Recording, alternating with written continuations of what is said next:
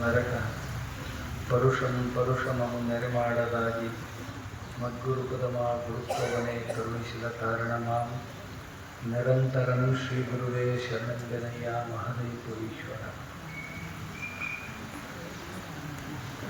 ಅಮ್ಮನವರಾದಿಯಾಗಿ ಎಲ್ಲರಿಗೂ ಅನಂತ ಶರಣ.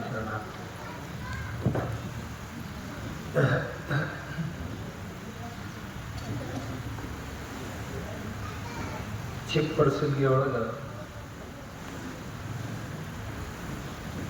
ಯಾತ್ರೆ ನಿಮಿತ್ತವಾಗಿ 2 ದಿವಸದಿಂದ ಆದಂಥ ಯಾತ್ರೆ ನಿಮಿತ್ತವಾಗಿ ಪ್ರತಿ ವರ್ಷ ತಾವು ಬೇರೆ ಬೇರೆ ಕಾರ್ಯಕ್ರಮಗಳನ್ನು ಆಯೋಜನೆ ಮಾಡ್ತಾ ಇರ್ತಾರೆ.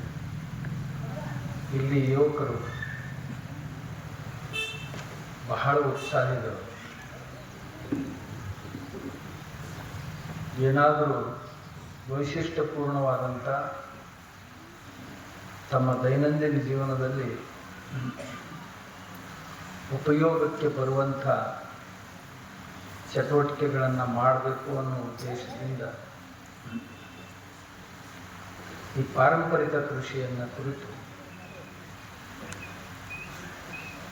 ಒಂದು ಸಂವಾದವನ್ನು ತಮ್ಮ ಜೊತೆಗೆ ಆಯೋಜನೆ ಮಾಡಿದರು.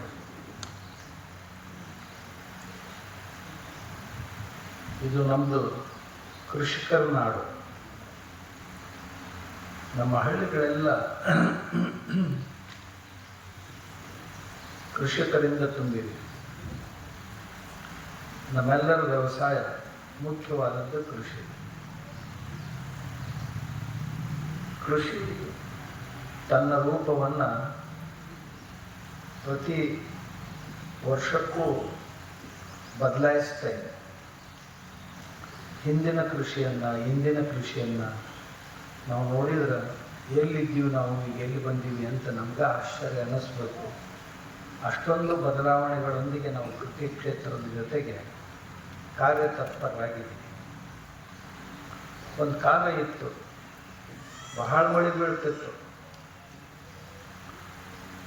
ಮುಂಗಾರಿ ಏನ ಬಿತ್ತಿದರೂ ಸಹಿತ ಅರ್ಧ ನೀರಾಗ ಹೋಗ್ತಿತ್ತು, ಅರ್ಧ ಮನೆಗೆ ಬರ್ತಿತ್ತು. ದನ ಕರ ಸಿಕ್ಕಾಪಟ್ಟೆ ಇದ್ದು ಮನ್ಯಾಗ. ಊರಾಗ ಕಾಗಾರ ದನಗಳಂತಿದ್ದು. ಕಾಗಾರ ದನ ಕಾಯೋರು 100, 200, 300, 400 ಆಕಳುಗಳು, ಎಮ್ಮೆಗಳನ್ನ ಮೇಯ್ಸಾಕ ಹೋಗ್ತಿತ್ತು. ಗುಡ್ದಾಗ ಆ ಕಡೆ ಎಲ್ಲಿ ಪಡಾಗಿದ್ದು ಬೀಳುಗಳಾಗ ದನಗಳನ್ನ ಮೇಯಿಸ್ಕೊಂಡು ಬರ್ತಿದ್ರು. ಸಂಜೆ ಮುಂಜಾನೆ ತೊಗೊಂಡು ಹಾಲು ಹೋದ್ರೆ ಸಾಯಂಕಾಲ ಇಷ್ಟೊತ್ತಿಗೆ ಬರ್ತಿದ್ರು. ದನಗಳೆಲ್ಲೂ ಮನುಷ್ಯಕ್ಕೆ ಭಾರ ಆಗಿದ್ದಿಲ್ಲ. ಬ್ಯಾಸರಿಂದ ಹೆಣ್ಣು ಕಸ ಮಾಡ್ತಿದ್ರು. ಹಾಲೇನು ಭಾಳ ಸಿಗ್ತಾವೋ ಇಲ್ಲೋ ನೋಡ್ತಿರ್ಲಿಲ್ಲ. ಆದ್ರೆ ತಿಪ್ಪಿ ಯಾರು ದೊಡ್ಡದೈತಿ ಇದನ್ನ ಎಲ್ಲರೂ ನೋಡ್ತಿದ್ರು. ಯಾರ ಮನೆ ತಿಪ್ಪಿ ಭಾಳ ದೊಡ್ಡದೈತೆ ಅವ್ನು ಭಾಳ ದೊಡ್ಡ ಸಾಹುಕಾರ ಅಂತ ಅನ್ನಿಸ್ಕೊತಿದ್ದ. ಯಾಕಂದ್ರೆ ಅವನ ಮನ್ಯಾಗ ಗೊಬ್ಬರ ಭಾಳ, ಅದನ್ನು ಒಯ್ದು ಹೊತ್ತಾಗ ಹಾಕಿದ್ನಂದ್ರೆ ಬೆಳೆನೂ ಭಾಳ ಚಲೋ ಬರ್ತಿತ್ತು. ಬರ್ಬರ್ತಾ ಹೊಲದ ರೂಪ ಬದಲಿ ಆಯಿತು, ಮನೆಯ ರೂಪ ಬದಲಿ ಆಯಿತು, ನಮ್ಮ ಕೆಲಸ ಮಾಡೋ ರೀತಿ ನೀತಿ ಬದಲಿ ಆದವು, ಎಲ್ಲ ಬದಲಿ ಆಯಿತು. ಆದರೂ ಇವತ್ತು ನಾವು ಮತ್ತೆ ಪಾರಂಪರಿಕ ಕೃಷಿಯನ್ನು ಕುರಿತು ಚರ್ಚೆ ಮಾಡ್ಬೇಕಂತ ಕುಂತೀವಿ. ಪರಂಪರೆಯಲ್ಲಿ ನಮ್ಮ ಕೃಷಿಕರು ಏನು ಮುದುಕರ ಮೇಳ ಐತಿ, ಅವ್ರನ್ನ ಕೇಳ್ರಿ ನೀವು ಹೆಂಗೆ ಕೃಷಿ ಮಾಡ್ತಿದ್ರಿ ಅಂತಂದ್ರೆ ಅವ್ರು ಹೇಳಿದ್ದನ್ನು ನಾವು ಈಗ ಅದ್ರಾಗ ಒಂದು 10% ಮಾಡೋಕ್ಕೆ ಸಾಧ್ಯ ಇಲ್ಲ. ಬೆಳ್ಳಿ ಚಿಕ್ಕಿ ಹಿಂಗೆ ಮೂಡ್ತಂತಂದ್ರೆ ಚಿಕ್ಕಿ ನೋಡಿ ಹೇಳ್ತಿದ್ರು. ಗಡ್ಯಾಳ ಇರಲಿಲ್ಲ ಅವಾಗ ಭಾಳ.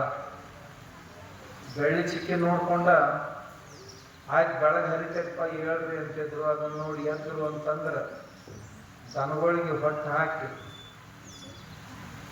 ಹೆಂಡಿ ಕಸ ಮಾಡಿ ಮನೆಗೆ 4 ಕೊಡ ನೀರು ತಂದು ಸುರುವಿ ಮತ್ತಿಟ್ಟು ಕೈನಾತ ಏನಾರು ನುಚ್ಚ ಪಚ್ಚ ಎದ್ರೊಳಗೆ ಹಾಕ್ಕೊಂಡು ನೀರು ಕುಡಿಸ್ಕೊಂಡು ಹೊರಗೆ ಹಾದ್ರ ಅಂತಂದ್ರೆ ಸೂರ್ಯ ಹೊಂಡೋದ್ರಾಗ ಹೊರದಾಗಿರ್ತಿತ್ತು.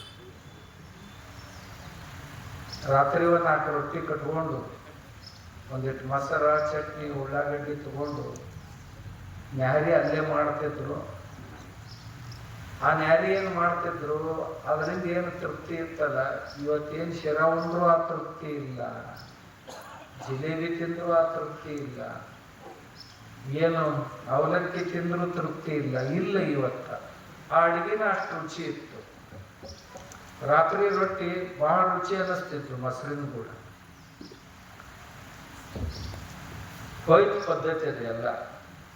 ಯಾಕಂದ್ರ ಮನ್ಯಾಗ ಈಗ ಮೊಸರು ಎಲ್ಲರ ಮನ್ಯಾಗೂ ಸಿಗ್ತೈತೆ ಅಂತ ಹೇಳಕ್ ಬರೋದಿಲ್ಲ. ಹಾಲ ತುಪ್ಪ ಮೊಸರ ಮಜ್ಜಿಗೆ ಶಿಸ್ತಿನಾಗ ಉಂಡು ಬಂದಾಗ 11-12 ತನಕ ಕೆಲಸ ಮಾಡ್ತಿದ್ರು. ದನ ಬಿಟ್ಕೊಂಡು ಮನೆಗೆ, ಎತ್ತುಗಳು ಗಳೆ ಬಿಟ್ಕೊಂಡು ಮನೆಗೆ ಬಂದ್ರಂದ್ರ ದನಗಳನ್ನ ಕಟ್ಟಿ ಮೇವು ಹಾಕಿ, ನೀರು ಕುಡಿಸಿ ಮೇವು ಹಾಕಿ, ಇವ ಮತ್ತೆ ಜಳಕ ಮಾಡಿ ಊಟ ಮಾಡಿ ಹಗ್ಗ ಹೊಸ್ಕೋತ ಕುಂದಿರ್ತಿದ್ದ. ಕೊಳ್ಳನ್ ಬ್ಲಡ್ ಮಾಡ್ತಿದ್ದ, ಕಣ್ಣಿ ಮಾಡ್ತಿದ್ದ, ಹಗ್ಗ ಮಾಡ್ತಿದ್ದ, ಕಲ್ಲಿ ಮಾಡ್ತಿದ್ದ, ಮಗಡ ಮಾಡ್ತಿದ್ದ, ಎಲ್ಲನೂ ಮಾಡ್ತಿದ್ದ. ಏನೂ ಕೊಂಡ್ಕೊಂಡು ಬರ್ತಿದ್ದಿಲ್ಲ. ಕುಂಡಿ ಹಾಕ್ತಿದ್ದ, ಕುಂಡಿ ಗಟ್ಟಿಗೆನೇ ನಾರು ಮಾಡ್ತಿದ್ದ. ಕುಂಡಿಲ್ದವರು ಕಲ್ನಾರ್ ಪಟ್ಟಿ ಕತ್ತರಿಸ್ಕೊಂಡು ಒಯ್ದು ಅದನ್ನ ಎಳಿ ಮಾಡಿ ನೀರಾಗ ನೆನೆ ಹಾಕಿರ್ತಿದ್ರು. ತಿಂಗಳಗಟ್ಟಲೆ ನೆಂದ ನಂತರ ತಂದು ಜಜ್ಜಿ ನಾರು ಮಾಡ್ತಿದ್ರು. ನಾರ್ಲೆ ತಮ್ಮ ಮನೆಗೆ ಬೇಕಾದ ಹಗ್ಗ ಕಣ್ಣಿ ಎಲ್ಲ ತಾವ ಮಾಡ್ತಿದ್ರು. ಮನುಷ್ಯ ವೇಳೆ ಸಿಗ್ತಿದ್ದಲ್ಲ. ಮತ್ತೆ 4-4:15 ಹೇಳ್ತಿದ್ದ, ಎದ್ದು ಮನೆಗೆ ಒಂದು 4-8 ಕೊಡ ನೀರು ತರ್ತಿದ್ದ. ನೀರು ತಂದು ಕೂಡಲೇನ ಮತ್ತೊಂದಿಟ್ಟು ತೆಲಿಗಿಟ್ಟು ಎಣ್ಣೆ ಹಚ್ಕೊಂಡು ಕರಾಬ್ ತಕೊಂಡು ಹೊರಗೆ ಹೋದ್ನಂದ್ರೆ ಊರಾನ್ ದೇವರಿಗೆ ಅದಕ್ಕೆ ಹೋಗಿ ನಮಸ್ಕಾರ ಮಾಡ್ತಿದ್ದ.